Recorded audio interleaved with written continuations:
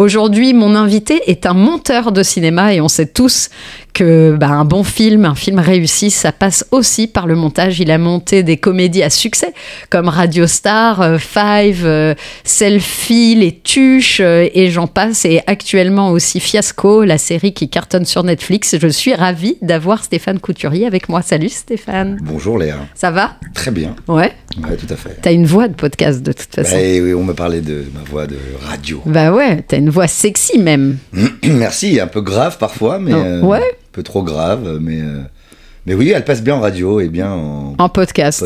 Ouais, c'est vrai, je te confirme. Alors, on n'est pas là pour parler de ta douce et belle voix grave, mais de tes talents de monteur. Mais avant ça, moi, ce qui m'intéresse, c'est les parcours des gens. Je veux savoir d'où tu viens. Comment t'es arrivé à devenir monteur? Mais pour ça, il faut repartir à l'enfance. Quel enfant étais-tu? D'où viens-tu? De quelle famille? Quelle région? Je suis né en région parisienne, ouais. À Levallois. Ouais. J'ai grandi en région parisienne, Asnières, Colombes, parents séparés. Donc toute mon enfance en banlieue parisienne. Parents séparés donc, et puis plutôt un élève un petit peu agité, on va dire. Ouais. Ah ouais? Un petit peu internat de 5e à la 3e. Ok. Et puis ensuite, non, j'étais pas fait formidablement pour rester 8 heures sur une chaise, en tout cas sur le système actuel. Ouais. Je me démerde quand même plutôt pas mal. Ouais. BTS, action commerciale, qui m'a beaucoup servi pour ma carrière de monteur. Une licence d'éco. Non mais attends, tu vas trop vite. D'éco. Tu vas trop vite. Je vais trop vite. Ah bah ouais, moi je veux savoir... bon ok, t'étais pas scolaire. J'étais pas très scolaire. Ok. Je faisais le minimum, mais j'étais pas très scolaire, je m'ennuyais. T'avais des rêves de gosse. Qu'est-ce que tu rêvais de faire quand t'étais petit garçon? Je voulais être diamantaire. Diamantaire? Ouais, je voulais être diamantaire. C'est étonnant déjà pour un jeune garçon. Je faisais collection des pierres précieuses pour m'amuser. De vraies pierres précieuses? Oui, alors c'est des petits trucs qu'on peut acheter. Ouais. C'est pas des grandes pierres, mais... Et donc voilà, je voulais être diamantaire, ça me fascinait. Okay. Je voulais être soit pompiste pour sentir l'odeur de l'essence. Ah, t'aimes cette odeur? J'adorais cette odeur. Ou diamantaire. Ok. Bon. T'es fils unique, t'as des... Ah d'accord, pardon, oui, donc toute la famille. Tout m'intéresse, ouais. Bien sûr.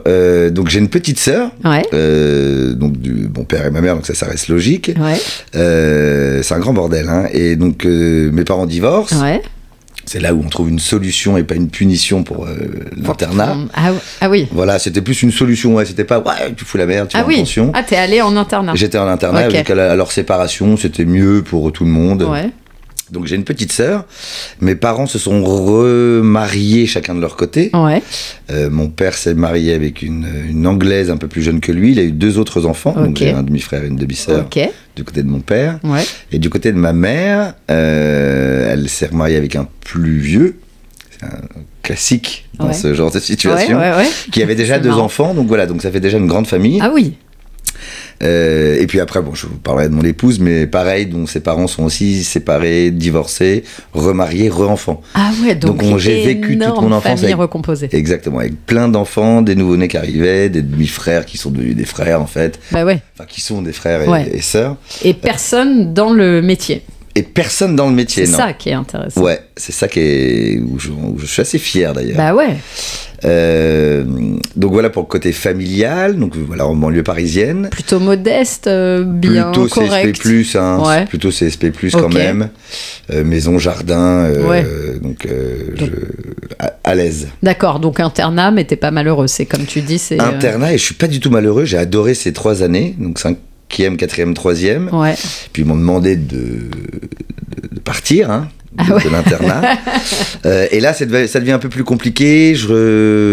Boîte à bac, renvoyé pour trafic de stupéfiants. Non. Oui, le lycée où tu fais n'importe quoi. Oui, tu fumes des pétards. Alors trafic, non, j'ai couvert les copains, mais donc je me fais virer de Charlemagne privé. Ah oui. Oui, ouais, assez bon le gars. En novembre, donc assez tôt.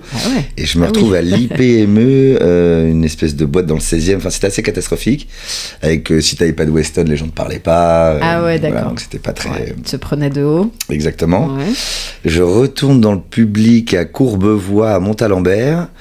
Et puis j'obtiens, je rate mon bac. Ah, bien. Ouais, donc pas mal. Hein, okay. Je redouble 5e première et je rate mon bac. Et là, je me dis, waouh. Ah oui, donc là, t'as 23 ans. Donc là, j'ai 32 ans, je suis en terminale. Non, et là, mes parents me disent, bon, écoute, voilà. Hein, ça suffit. Tu te démerdes, tu peux faire l'armée si tu veux, tu fais ce que tu veux. Ouais. Donc là, c'est là où il faut réagir. Je fais un prêt pour aller en BTS, donc action commerciale. J'obtiens mon bac en candidat libre. Ok, ça c'est fort ça déjà. À un moment donné, quand tu es devant le mur, au lieu de te prendre le mur à 1000 km/h, ouais, tu te mets un coup de pied aux fesses. On se met un petit coup de pied aux fesses et il faut quand même réagir.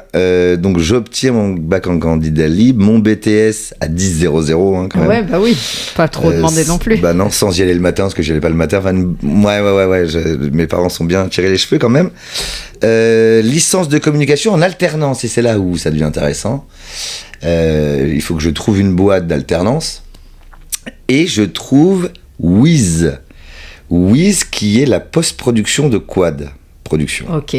Quad Production, grosse maison de production de publicité au départ, avec Nicolas Duval, Rémi Belvaux et une troisième personne dont le nom m'échappe. Et donc je fais mon alternance d'1 an.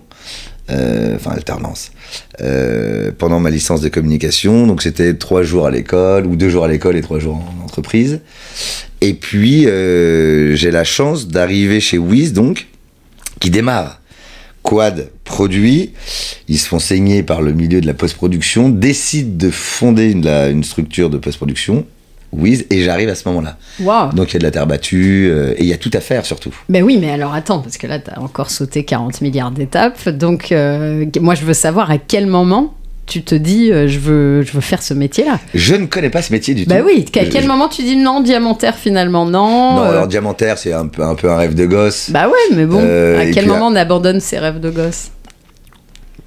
Écoute, j'ai pas de moment ou de souvenir où je me dis bon bah les pierres précieuses c'est terminé, la vie avance et bon voilà tu es de footballeur à 10 ans parce que tu regardes le match de foot à la télé, bon après il y a 1000 métiers, astronaute c'est pas mal, et puis bon et il faut quand même faire des grandes écoles pour astronaute ou autre, c'est pas vraiment le cas. Donc je subis un peu en fait, je me fais virer des écoles, on me met là, on me met ici, bon, je fous rien donc je m'amuse, voilà, et donc oui, il n'y a pas de déclic ou je connais pas le milieu du cinéma, j'ai pas du tout de gens de ma famille qui y travaillent, et donc je continue à errer à gauche à droite en fait.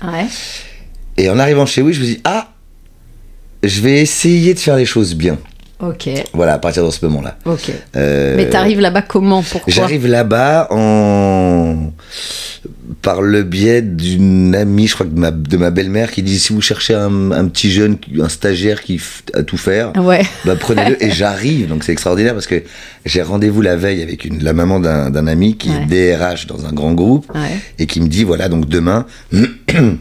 Tu t'habilles en costume et tu vas demander leur plaquette avec les clients, savoir avec qui ils travaillent, etc. Donc je me pointe la veille de mon rendez-vous dans un open space ou jean basket, évidemment, tout le monde est comme ça, avec mon petit costume en lin bleu. Et j'entre et je dis voilà, j'ai rendez-vous demain avec Madame Bénédicte Pinato, parce que c'était Bénédicte Pinato qui était gérante de Wiz. Les gens me regardent, me dévisagent en disant qui est ce gars. Personne ne me répond, donc Bénédicte est là, mais elle me dit pas c'est moi, on n'a pas de plaquette. C'est quoi, pourquoi une plaquette? On est dans plaquette la de quoi? C'est pas une entreprise. Et donc je repars de là en me disant oh là, merde, mauvais timing, mauvais choix, mauvais conseil, bref. Et je me pointe le lendemain en me présentant et je leur dis écoutez, voilà, je serais ravi de bosser avec vous. Je devais partir au Sri Lanka un mois, au mois de septembre. Comme ça. Voyage, comme on a pas mal voyagé avant d'avoir des enfants. Et je leur dis, je commence quand? Demain matin. D'accord. Bon, on oublie le Sri Lanka, etc. Et j'entre chez Wiz. Comme stagiaire. Comme en contrat de qualif. En alternance avec mon école. Tu sais pas vraiment ce qui t'attend, quoi. Non, pas vraiment. Donc je fais de l'archivage. Il y a de la terre battue, donc j'installe je fais les cafés, j'installe les machines à laver. Et tu ramènes tes raquettes. C'est ça. Enfin non, vraiment, rien n'est installé, il faut installer les machines, tirer les câbles, etc. Donc il y a tout à faire. Donc au début, oui, je suis un ouvrier qui aide, mais il n'y a pas encore de montage ni de machine, etc. Mais en tout cas, voilà, c'est le début d'une belle aventure. Ouais. Une très très belle aventure. Donc on te demande quoi quand tu démarres ça, c'est juste des cafés de trucs, mais là tu te dis pas... Enfin, tu te dis quoi? Je vais rester là 1 mois, 2 mois, tout Alors j'ai plus. 1 an quand même. Ah, un an. Ouais, contrat de calife, c'est donc je dois faire ma licence. Ah ouais. Donc 2 jours à l'école, 3 jours en entreprise, oui, et donc je varie entre le. Donc comment ton travail progresse quoi au sein de cette entreprise? J'installe les machines, etc. Et puis le directeur technique, qui s'appelle Marc Bernard, qui est encore chez Quad aujourd'hui. Ah ouais. C'était en 99. Hein. Ah oui, t'es vieux. Ouais, je suis très très vieux. Et voilà, donc j'apprends et je fais quand même beaucoup de nodal à l'époque, donc c'est des duplis. Alors raconte. Alors nodal, oui, nodal, c'est une salle climatisée dans laquelle il y a des magnétoscopes. Hein, on est encore en cassette et en magnétoscope, en VHS, en pneumatique et en bêta SP, bêta num. Donc j'apprends tout ce qui est analogique, digital, à câbler les machines avec les salles de montage. Il y avait 3 salles de montage, une salle graphique où on préparait des éléments pour les montages. Il y avait un Henry qui était pour les effets spéciaux, l'étalonnage, et le Flame qui arrive après. Donc il faut savoir câbler tout ça, assister les graphistes et les monteurs et tout le monde. Donc j'apprends un petit peu l'ensemble des connectiques, des connexions, des branchements. Mais ça te plaît ou tu te dis bon je suis là, on me demande de faire ça, je fais ça. Non, j'adore. Ah, t'adores. J'adore, je suis dans un monde où je me dis ok, et puis il faut digitaliser, rentrer les rushs, préparer. Enfin j'essaye de bien faire les choses. Ok. De préparer les salles, de préparer les storyboards, où je me dis quand il va arriver, il sera content. Enfin voilà, donc quand tu dis c'est il au pluriel, les monteurs, les monteuses. Voilà, quand ils arrivent, il faut qu'ils soient dans une belle salle, préparés, le petit cendrier vidé, parce qu'on avait le droit de fumer à l'époque dans les salles. Mais donc voilà, j'essaye en tout cas d'arrêter de subir, comme j'avais subi toute ma scolarité, même si je me suis marré, hein, oui, de t'investir. Mais m'investir et de bosser, de bien faire les choses, quoi. Donc je reste je fais 7 ans de nodal quand même. 7 ans de branchement de branchement, de dupli, de rentrer les rushs pour préparer c'était beaucoup de la pub à l'époque, c'est que de la pub en fait. Donc tu prépares les projets, et puis petit à petit tu te mets à faire des petites modifications de montage, tu vas apprendre un peu le Flame, comment faire une conformation au Flame, enfin voilà. C'est quoi Flame? Le Flame, c'est une machine pour faire des effets spéciaux, pour tout intégrer. Après le montage, on fait des effets spéciaux, et enfin c'est une machine qui est infinie, où tu peux faire tellement. On te demande ça parce que ils sont à la bourre, parce que ça t'intéresse. Il y a des salles vides, et puis j'ai appris le montage. Bon, j'ai appris tout en fait, le son, comment bien préparer, comment assister, faire une conformation pour les flémistes, et puis je fais le tour, mais ce qui m'intéresse quand même le plus, c'est le montage. Et je demande aux monteurs et aux monteuses savoir si j'ai le droit de rentrer dans la salle discrètement, de pas faire de bruit, de les regarder bosser. Et quand ils quittaient la salle, je faisais une dupli de leur montage, et j'allais voir pourquoi ils avaient coupé là, si je décalais le cut. Enfin voilà, j'apprends et ça m'intéresse. Tu faisais ton propre montage une fois qu'ils étaient partis. Exactement. T'avais quel âge à ce moment-là? J'ai quel âge à ce moment-là? J'ai 22 ans. 22 ans. Ouais, donc t'es en début de faut que je fasse mon carrière contrat de qualif, professionnelle. C'est ça. Et puis, évidemment, Wiz me dit on aimerait bien t'avoir quand même à plein temps. Donc je décide d'arrêter ma licence de communication. C'est un risque. C'est un risque, mais l'école me dit non, en fait ça nous arrange pas. Donc ce qu'il faut que tu fasses, c'est que tu viens 1 fois par trimestre, tu signes les attestations de présence, nous on a la prime de l'État, et puis toi tu fais ce que tu veux pendant tes 2 jours. Donc j'avais des week-ends de 4 jours pendant 1 an. Parce évidemment je disais que j'allais à l'école, mais j'y allais pas. Et puis voilà, et puis après une confiance se crée quand même au sein de chez Wiz, où je deviens responsable des assistants, donc je fais les plannings, assistant de nuit, assistant de jour, je brief, je forme, en 7 ans, t'as un peu le temps. Bah ouais, mais tu fais quoi de tes montages secrets ou parallèles? Alors, non, les montages secrets, c'est quand une monteuse, déjà je les regarde faire. Ouais. Et ensuite, j'efface, mais je vais juste creuser, je décale les cuts, c'est vrai que c'est moins bien, je prends un autre plan, enfin voilà, j'essaye de bousculer un petit peu le montage et puis de m'en faire un. Et puis également, les week-ends ou les nuits où je devais travailler, parce que tu travailles jour et nuit à cette époque-là, payé 300 € par mois. Ah ouais. Mais t'apprends le métier, donc j'étais très ravi d'apprendre un métier. Donc tu vis de quoi alors à ce moment-là? C'est tes parents qui te filent un coup de main? Ou t'as un petit boulot d'appoint? Non, j'ai pas de petit boulot d'appoint. Je suis encore chez mes parents, chez mon père. Et je crois que rapidement, au contrat de calife, ça dure 1 an. Après, il me donne un salaire. Et on s'installe avec ma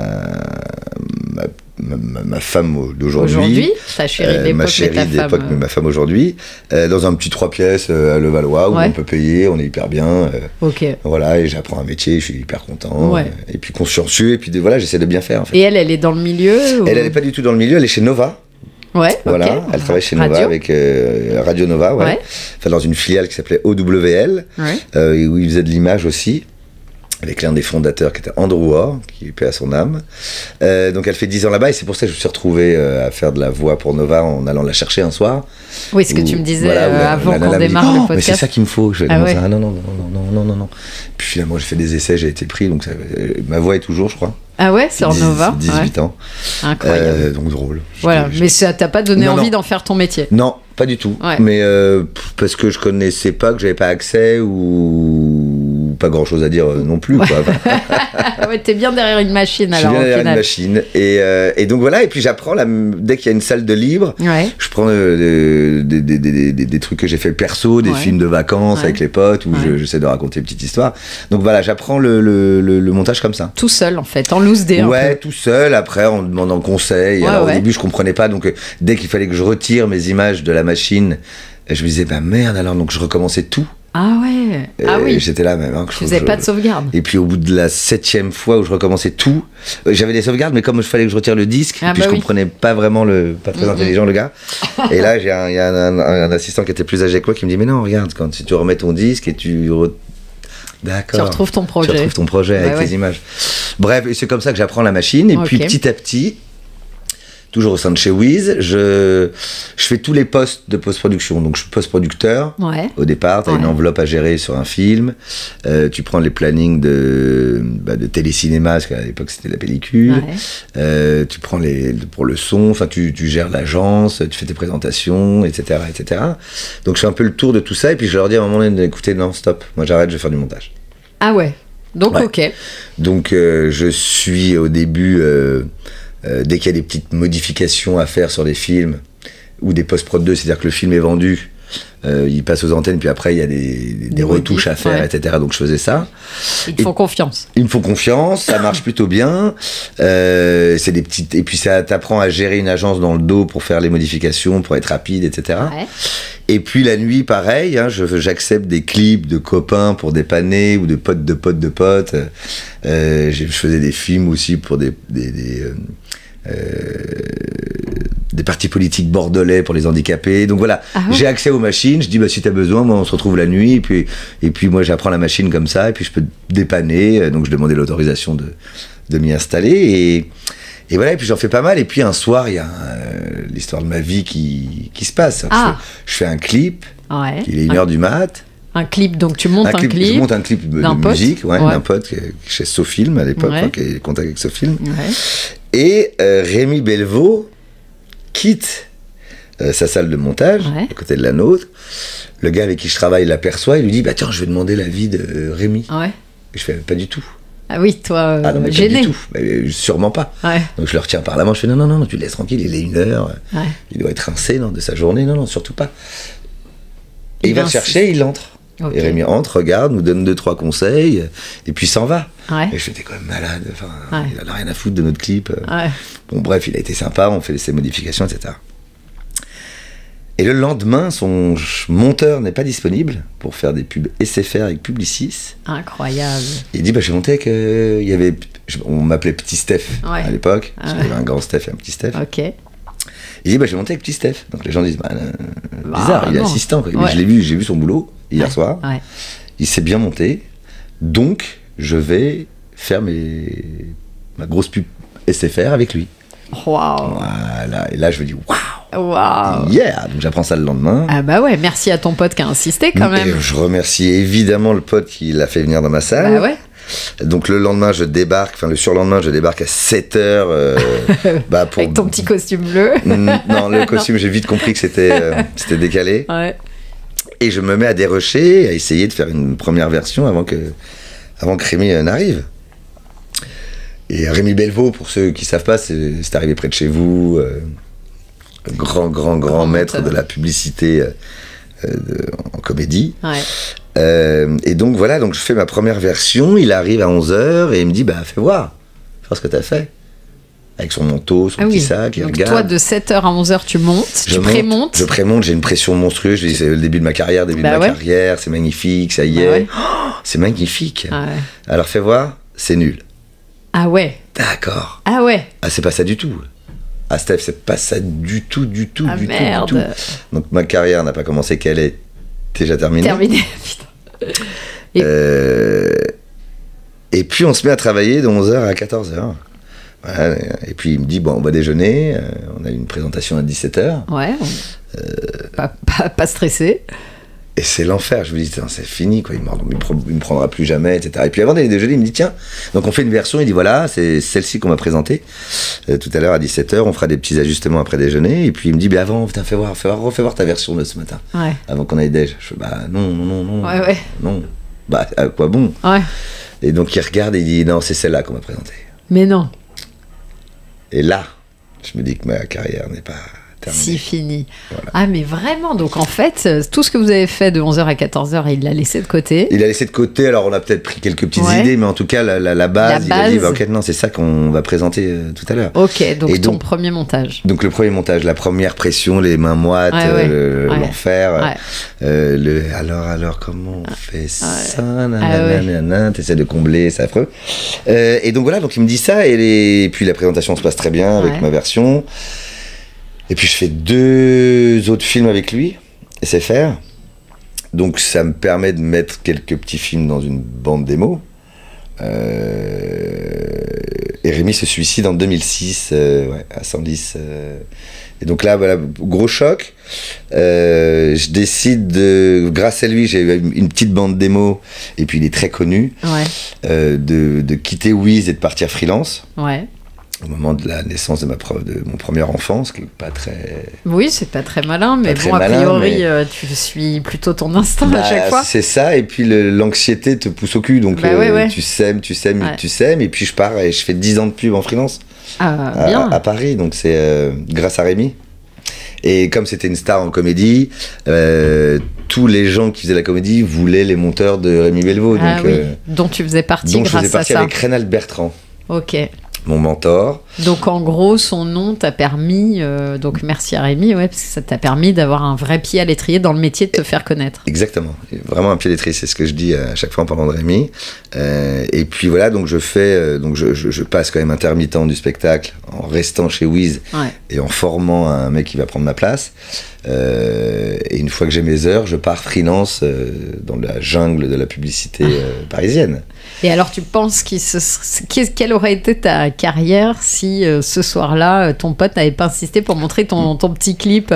J'y ai pensé en me disant, ça aurait peut-être pris plus de temps, même si ça a déjà pris pas mal de temps. 7 ans d'assistanat, c'est quand même pas mal. Et avec en plus les évolutions de support, de numérisation et autres. Je sais pas vraiment... je dis que... Alors, non, justement, je reprends les gens. Oui, t'as eu de la chance. Alors oui, j'ai eu de la chance. Ouais. Mais tu la provoques un peu, ta chance. Bien sûr. Voilà. Oui, si t'étais pas là, t'as fait comme un malade le soir, la nuit. D'accepter de faire des nuits et des week-ends et T'étais au bon endroit au bon moment, quoi. Et puis voilà, et puis je suis assez jovial et donc c'était quand même cool de venir bosser chez Wiz. Les gens nous disaient quand on vient chez vous, vous êtes cool, ça se marre, le travail est bien fait quand même, mais il y a une bonne énergie positive et on se marre bien. Donc c'était une bonne période. Oui, effectivement, si il rentre pas dans ma salle et qu'il voit pas ça, bah ça aurait peut-être pris un peu plus de temps. Est-ce que mais t'aurais rien lâché, quoi. Tu savais que tu voulais être monteur à ce moment-là déjà. C'était cool, le rythme. En 2009, tu fais un premier court-métrage avec Lucchini, ça ? Tu montes pas un film Je corrige. Tu corriges, d'accord. Tu changes le montage. D'accord. C'est ta première fiction à ce moment-là ? Parce que tu dis que tu fais surtout de la publicité et des clips. À quel moment tu t'es mis à la fiction alors ? Pareil, c'est... Alors, 10 ans, tu te fais un gros réseau de réalisateurs. Donc en freelance. En freelance, en pub. Ouais. Et j'ai eu 150 rendez-vous pour faire de la fiction et un long métrage. Ok. Mais pour pouvoir faire un long métrage, il faut déjà avoir fait un long métrage. Ouais, oui, donc les rendez-vous, c'était on est hyper content de bosser avec toi. Alors qu'est-ce que tu as fait comme film, comme long métrage ? Je dis écoutez, je suis ravi, ça sera le premier. Quoi ? Bah non. Tu prends tes affaires et tu files. Je me dis, attendez les gars, comment on fait pour faire le premier, quoi, oui, comme les soirées privées des boîtes, hein. Exactement. Réservées aux membres.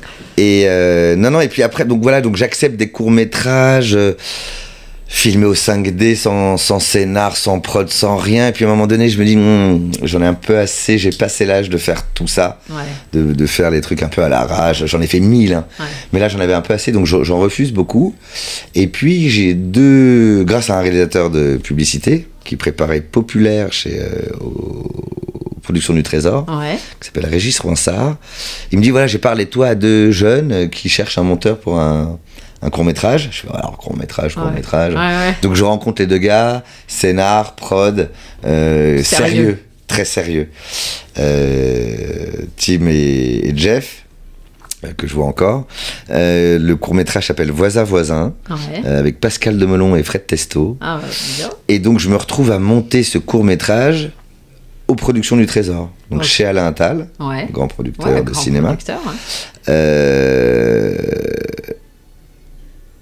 Que je connais pas, hein. Moi, je suis pub. Et Alain me dit, écoute, super, moi j'aime beaucoup ce court-métrage et la façon dont tu l'as monté. On est sur un premier film qui s'appelle Radio Star avec Romain Lévy, le réalisateur. Bah si t'es chaud, t'as mon feu vert. Je fais alors, oui, c'est ça. Et puis après, on va me dire, comme je n'ai pas fait de long métrage, tu ne peux pas. Et Alain me dit, si. Donc quand même, grand merci à Alain Attal. Couillu quand même à ce moment-là, parce que c'est le premier film du réal, premier film du monteur. Oui, c'est vrai. C'est très courageux de sa part. Tu m'étonnes. Et je me retrouve, je rencontre le réalisateur, tout se passe très bien. Et gros succès. Alors, petite parenthèse. Avant, donc ça c'est au mois de juillet. Ça fait donc 10 ans que je fais de la pub, des clips, des courts-métrages un peu bancal, et on décide avec mon épouse de partir au Canada.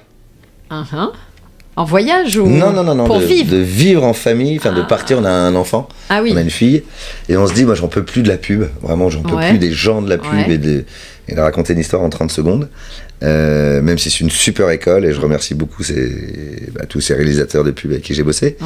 C'est la synthétisation d'une histoire, c'est une très bonne école. Et je prends des contacts au Canada de potes qui ont des boîtes là-bas, quitte à devenir assistant, mais en tout cas voilà, je me dis tiens, ce serait cool de bouger, d'aller tenter sa chance là-bas, quoi. Billet d'avion, rendez-vous pris là-bas, sur 2, 3, 4 boîtes, et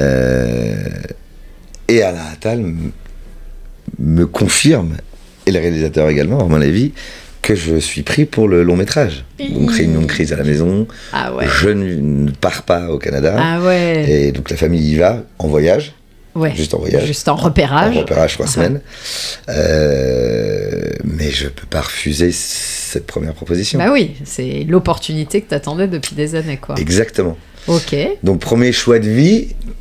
Canada, pas Canada, non, long métrage. Long métrage, Radio Star, magnifique expérience. Succès, premier succès, film, 600 000, un peu plus de 500 000, on va dire 600 000. Très bien. Et puis ça commence là, Et donc à partir de là, ça fout un petit coup de pied dans la fourmilière quand même, en comédie française, la comédie française. Pas forcément en entrée, mais en tout cas sous le manteau, les gens le voient, les gens se marrent. Enfin voilà, c'est un peu plus funky sans mal parler des autres comédies. Mais le début d'une petite ascension un peu cool, Et alors, c'est drôle parce que c'est une question que je me suis toujours posée. Les gens regardent le générique vraiment pour se dire tiens, qui a monté ça, il t'appelle, ou tu dis, toi, tu te vends en disant c'est moi qui ai monté Radio Star. Quand t'es mon technicien du cinéma, c'est une question que je me pose. Parce que les acteurs, on les voit. Mais est-ce que les gens du cinéma s'arrêtent pour voir qui a monté Non, mais alors tu parles des gens du cinéma, donc les gens de la profession savent. Le grand public, dès que le générique commence, quitte la salle. Oui, c'est donc ça. Là, je te parle des gens de la profession pour savoir vraiment comment évolue ta carrière. Ils savent. Et après, moi j'ai la chance quand même d'avoir fait 4-5 films aux productions du Trésor. Donc après Radio Star, Alain me proposait au réalisateur pour d'autres films. Il y a Steph qui est là et il est super, etc. Il me survendait. Donc j'ai une fière chandelle à avoir avec à Alain et à Hugo Sélignac. Je vous raconterai une petite parenthèse sur Radio Star. Mais donc j'ai fait 3-4 films avec lui, et puis après ton nom circule. Igor Gottesman, avec qui je travaille depuis 10 ans, que ce soit sur Five, Family Business ou Fiasco. Que t'as monté tout ça. Que j'ai monté tout ça. Il devait monter Five avec un autre monteur qui se blesse à ce moment-là, et il dit si mon monteur est pas disponible, je veux le monteur de Radio Star. Donc c'est comme ça que je le rencontre. Incroyable. Il avait vu le film, aimé le film, le timing, les vannes, donc ça c'est comme le réalisateur qui a écrit, mais après il y a un timing à avoir dans la vanne. C'est une musicalité. La musicalité de la comédie, ça passe par le montage. Bien sûr.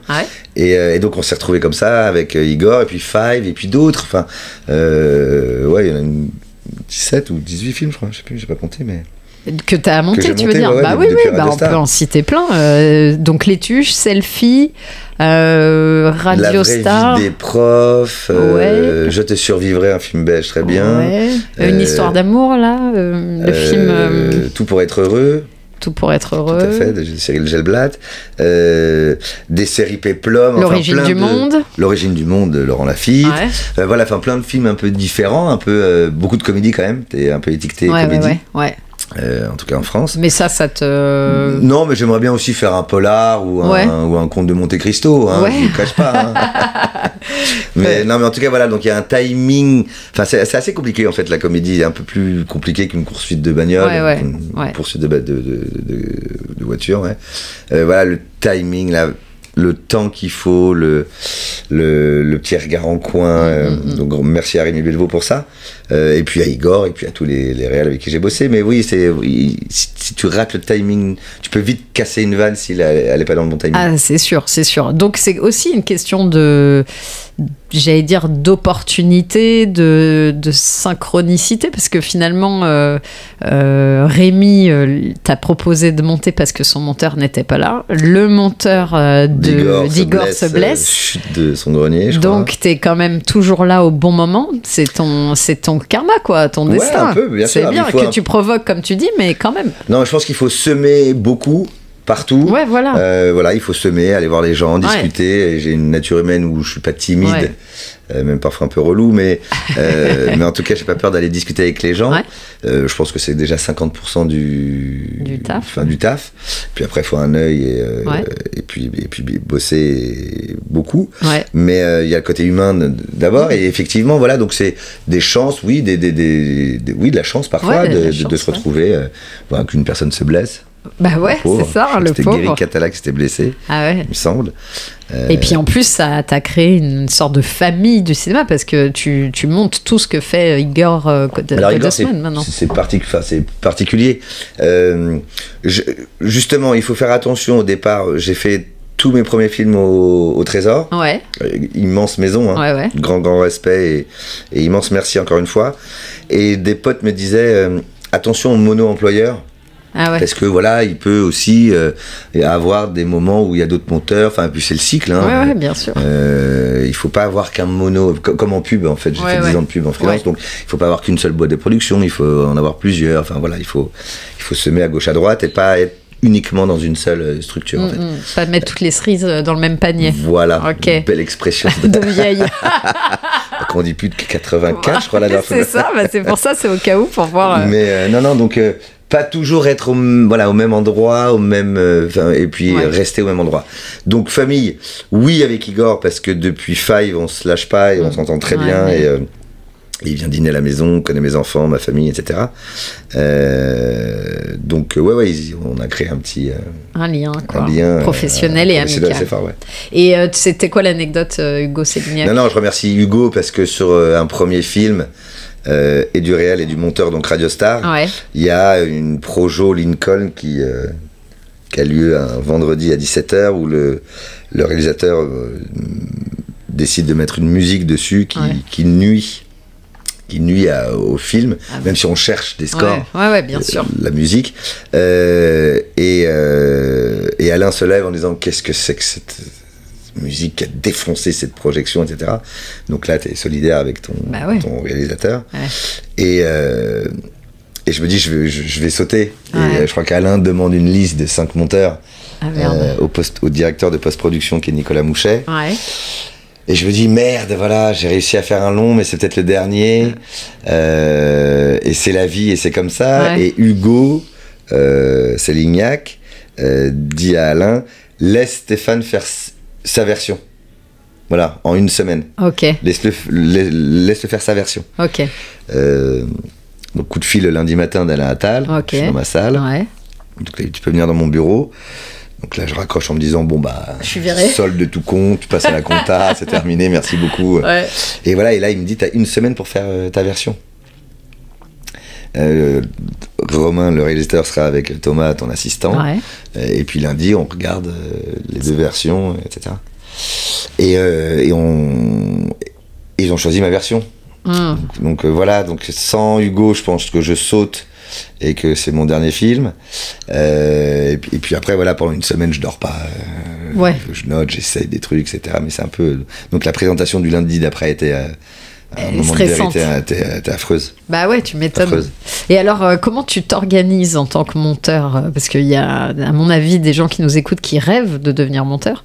Est-ce que tu regardes d'abord tous les rushs une fois, ou est-ce que d'abord tu tries et tu regardes après? Ah non. Alors, on travaille en entonnoir. En gros, c'est-à-dire que évidemment on regarde tous les rushs.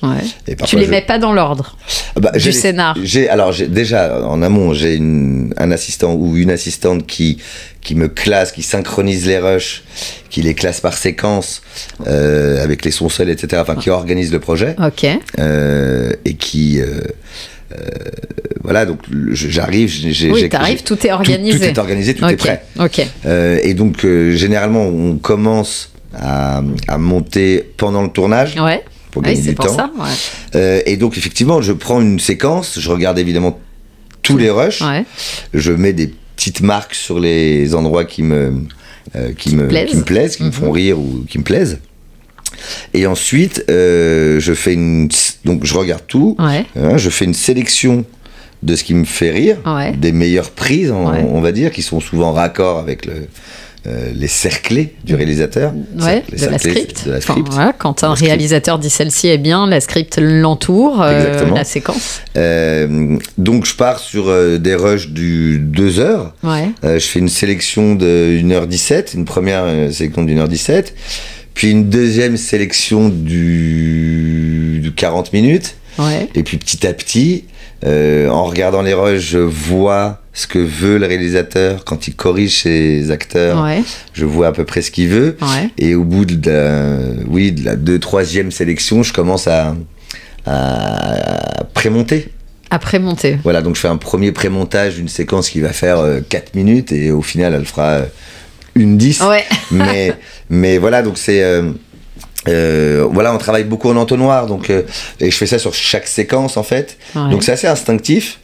Oui, c'est ça. J'ai pas je regarde évidemment le script, etc. Mais j'aime bien découvrir et puis voir et puis imaginer et puis la faire à l'instinct, donc la V1. Et puis au bout de 6 semaines, quand je rentre à la maison et que je commence à faire la gueule, ma femme, je me dis, je vais pas y arriver sur ce film, t'es en doute. Et ma femme me dit, c'est marrant, c'est ta dépression des 6 semaines. Ah, c'est vrai. Et au bout de 6 semaines, je me dis, tiens, cette séquence, pourquoi je l'ai montée comme ça ? Donc je vais la remonter, mais à l'envers de ce que j'ai fait. Si j'ai commencé par un plan large, je commence par un serré. Et voilà, et donc je décortique, donc ça donne des idées. Et puis des trucs, et puis oui, ça évolue. Et puis souvent tu reviens à la V1 quand même. Avec des améliorations, mais instinctivement tu reviens à la V1. Mais voilà, mais je me dis, voilà, au bout de 6 semaines, je me dis pourquoi je l'ai monté comme ça, montons-la différemment. Donc tu penses que c'est bien, peut-être ça n'a rien à voir, mais de s'aérer l'esprit quand t'es monteur, c'est-à-dire de prendre ce recul. Au bout de 6 semaines, peut-être t'as trop la tête dedans, quoi. Non, c'est pas ça. Parce qu'on part. Oui, alors après, il y a ce. Déjà, je me souviens qu'en pub, je fais souvent cette métaphore. La pub, c'est un sprint. Donc, tu peux te faire un 9h, 2h du mat, 9h, 1h du mat, et puis tu présentes le 3e jour. En long métrage, c'est un marathon. Donc, si tu commences à faire du 9h, 2h du mat, t'es rincé le lendemain et là, tu chutes. Donc, il faut y aller. Faut pas faire des grosses journées. Enfin, il faut bosser bien, mais oui, effectivement, après, il faut, au bout de 15 semaines, il y a une petite perte de lucidité. Donc, on fait des projos, on note les retours des uns des autres. Tu connais ça. Ouais, je connais bien.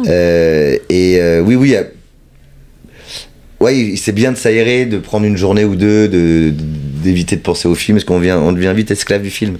Mais à quel moment tu te fais suffisamment confiance quand t'es monteur pour te dire, ça, je l'enlève ? Alors que...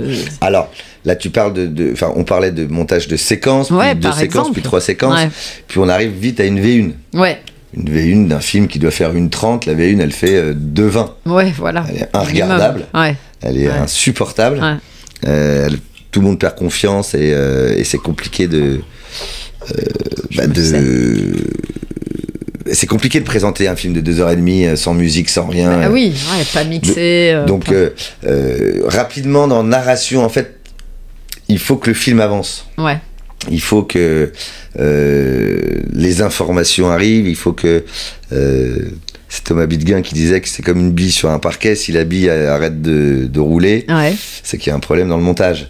Il faut que ça glisse et que ça avance. Donc il y a des séquences parfois où on a eu une info sur une séquence précédente, on la répète dans une séquence qui suit, puis on la surligne dans une 3e séquence. Pas nécessaire. Pas forcément nécessaire. Tu te dis, on l'a une fois, ça suffit. On l'a une fois, on a compris. Il faut pas non plus être surdidactique. Les gens sont suffisamment intelligents pour comprendre. On n'est pas obligé de leur prendre la main pour leur expliquer le pourquoi, du comment, et de répéter les choses. Non. Il faut qu'on avance dans le film. Donc oui, il y a des séquences où le film est moins bien avec que sans. Donc oui, parfois il faut virer des séquences. Ça t'est arrivé parce que c'est un truc qu'on dit souvent, que le montage, c'est une réécriture du film. Il y a 3 écritures, le scénar, la réal et le montage. Ça t'est arrivé de changer, de proposer. Évidemment. Tu refais ton film. Avec le réalisateur. Oui, bien sûr, mais dans ta proposition, je veux dire. Bien sûr, alors après, je suis au service du réalisateur, mais j'aime bien... on s'engueule avec le réalisateur, enfin, je trouve ça sain de s'engueuler ou de donner son avis. Oui, c'est des sensibilités, finalement. Bien sûr, et puis à un moment donné, je lui dis, écoute, il y a un verbe que tu dois employer et j'arrêterai de donner mon avis, que je te les ai suffisamment donné, c'est je t'impose. Voilà, moi je suis au service, c'est son film, il a écrit son film, je suis là pour... j'ai pas ça serait de la prétention que de dire ça c'est nul, ça faut pas dire ça. Non. Mais effectivement, pour que le film avance, parfois on réduit des séquences. Un dîner par exemple où on va filmer l'apéro, on passe à table, l'entrée, le plat, le dessert, Dijon. On regarde la première version du film et on se dit waouh, le dîner est très très long. Donc il suffit de monter que le digestif. On a compris qu'ils avaient bouffé ensemble, que c'est des potes, qui est qui. Donc après voilà, c'est tu sélectionnes, tu montes, puis tu démontes, tu remontes, puis finalement tu vires l'entrée, donc il faut resélectionner différemment pour faire exister les gens différemment. Donc c'est c'est du boulot, mais on a le temps souvent. Ouais. Quand même entre 16 et 20 semaines. Donc, ouais, t'as le temps de faire des tests, de revenir. De tester, de bousculer. Ouais. De bousculer. Et tu parlais de musique tout à l'heure. Est-ce que ça t'aide, la musique, au montage, ou tu la mets à la dernière minute? Bah alors, soit le réalisateur décide d'avoir cette musique pour cette séquence, une synchro, un titre par exemple. Donc là, bon, tu montes sur la musique. Moi, je trouve que c'est pas bien de monter sur la musique. Ah, tu montes pas sur le rythme Pour toi, c'est pas bien de monter sur le rythme. En fait, si c'est bien monté, toutes les musiques vont. Tu vois. Et puis ça influence beaucoup. Et puis tu mets un titre où tu montes sur la musique, et puis finalement le titre est trop cher. Tu peux pas l'acheter, etc. Donc elle était bien cette séquence, mais avec cette musique elle est nulle. Donc il faut d'abord monter, et ensuite monter sans musique, sans artifice, même, je dirais. Et ensuite tu mets la musique et tu réajustes. Tu réajustes, évidemment. Mais non, et puis en pub par exemple, c'était assez on mettait du classique, du rock, de l'électro ou autre, et on se disait c'est fou, ça marche. Donc voilà, quand c'est bien monté, souvent ça marche avec alors ça veut dire autre chose. Ça raconte c'est une autre émotion. C'est une autre émotion, mais en tout cas ça marche. Ça fonctionne. Voilà. Ok, alors autre question, c'est que comme tu t'es fait tout seul, puisque tu l'as dit, tu as appris sur le terrain, quoi. T'as pas fait de formation de monteur. Non. Est-ce que tu pourrais donner un conseil pour ceux qui rêvent de faire ce métier? Tu leur conseillerais de se mettre devant un ordi, devant un Final Cut ou un truc comme ça? À l'époque, le mec, j'ai 102 ans. Non, mais j'étais au Nokia 3210. Oui, on connaît. T'es de quoi? Non, aujourd'hui, c'est faites. Prenez votre iPhone, tournez tout et n'importe quoi, et puis montez. Il y a même des logiciels qui sont intégrés dedans, pas forcément avoir des trucs pro, même si c'est pas hors de prix, mais montez, regardez des films, regardez des pubs, regardez les versions longues des pubs, pas celles qui sont forcément très très courtes, qui sont courtes et aux antennes, mais et puis, faites chez vous, on a tous un ordi maintenant. Oui. Donc tu conseillerais plus l'apprentissage aussi, pareil, par soi-même, plutôt que de faire une école de montage? Non, alors après, évidemment, s'ils sont sûrs, et que, évidemment, un BTS audiovisuel ou les écoles de ciné, etc., évidemment. Mais ça n'empêche pas de faire soi-même. De s'entraîner. D'aller à l'école et puis de faire. De tourner, de monter, de présenter, de se planter, de recommencer. Et c'est un métier d'ermite un peu, t'es quand même tout le temps enfermé. En fait, je suis assez vivant, on va dire. Et je me disais, je vais pas pouvoir faire ce métier, c'est ça. d'être assis... D'être tout seul, derrière un ordi, dans une salle. Tout seul. Alors, au début, j'étais dans une boîte, et effectivement, c'était cool d'être en groupe. J'avais peur de me retrouver freelance et d'aller bouffer tout seul. On s'adapte, C'est un métier solitaire quand même, à part quand L'Oréal vient bosser avec toi. C'est un métier solitaire. Bon, après, il y a l'assistante, donc on est deux. Mais oui, effectivement, c'est pas un plateau où il y a 150 personnes. Bon, après, voilà, c'est assez... et puis voilà, puis cette concentration, les journées passent très vite. Donc, alors, ça fait combien de temps maintenant que tu fais ce métier?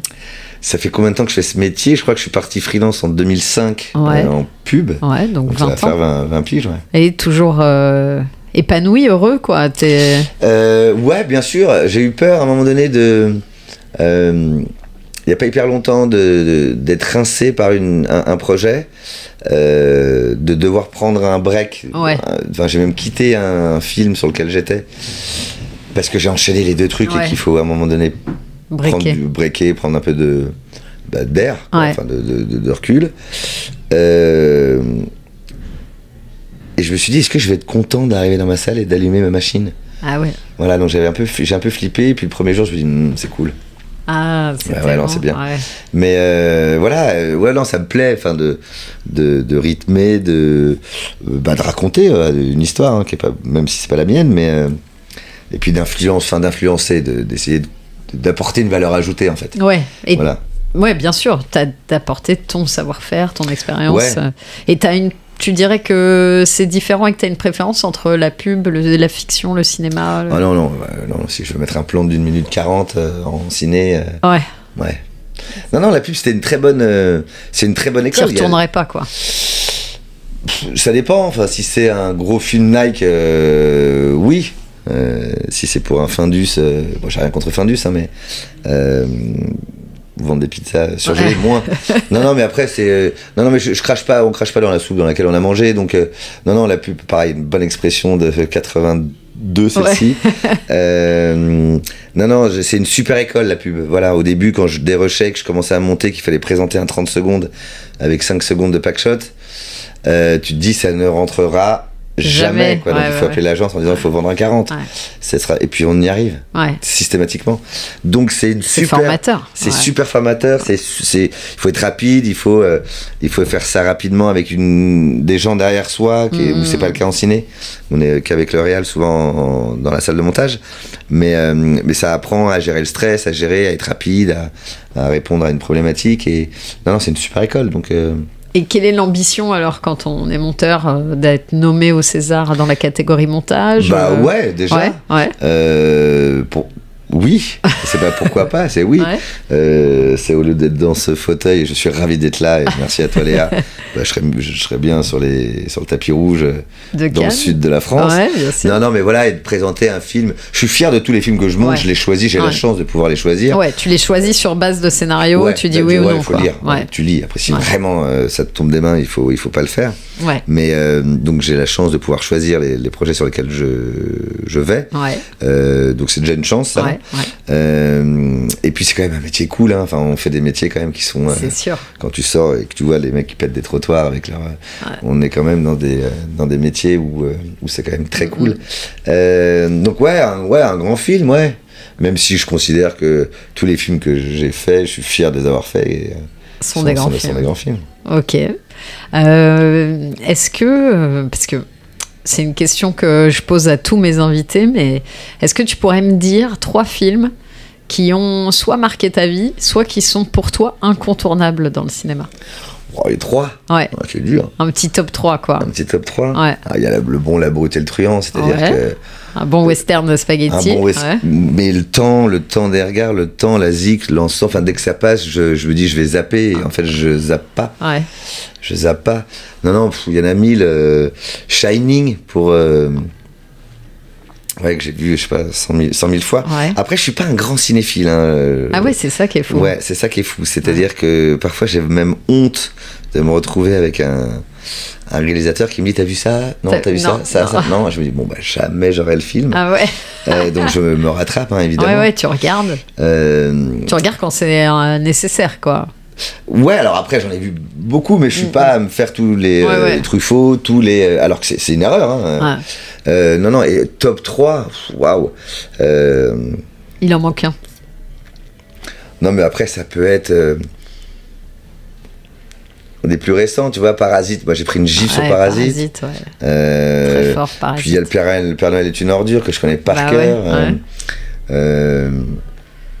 La nuit américaine est dingue aussi. Enfin, moi, on peut en citer 500 000, mais je crois que le bon, la brute et le truand, c'est même une gifle petit. Une gifle, je sais pas si ça se dit, gifle. Si tu veux. Mais grosse gifle de... ça, c'est du cinéma, quoi. Ok. Et pour finir, c'est la question. Quelle serait pour toi la chanson qui serait la bande originale parfaite du film de ta propre vie? Pas évident. Waouh. Sacrée question. Sacrée question. C'est-à-dire, on fait un film sur Stéphane Couturier, monteur. On mettrait quoi comme chanson pour que la BO soit parfaite, très représentative de ce qu'est ta vie? Rolling and Scratching des Daft Punk. Ok. Non, c'est très énervé. Waouh, c'est hyper compliqué. My Way. My Way? Pas mal. Pas mal. Pas mal. C'est ton chemin. Tu vois, merci. C'était ton chemin de venir jusqu'à moi aujourd'hui, en tout cas. C'était un plaisir, en tout cas. Non, c'était un plaisir pour moi. Et puis, pour tous ceux qui rêvent d'être monteurs, j'espère que ça leur a donné quand même des clés. Voilà. C'est un magnifique métier. Exactement. Merci Stéphane Couturier. Merci à toi, Léa.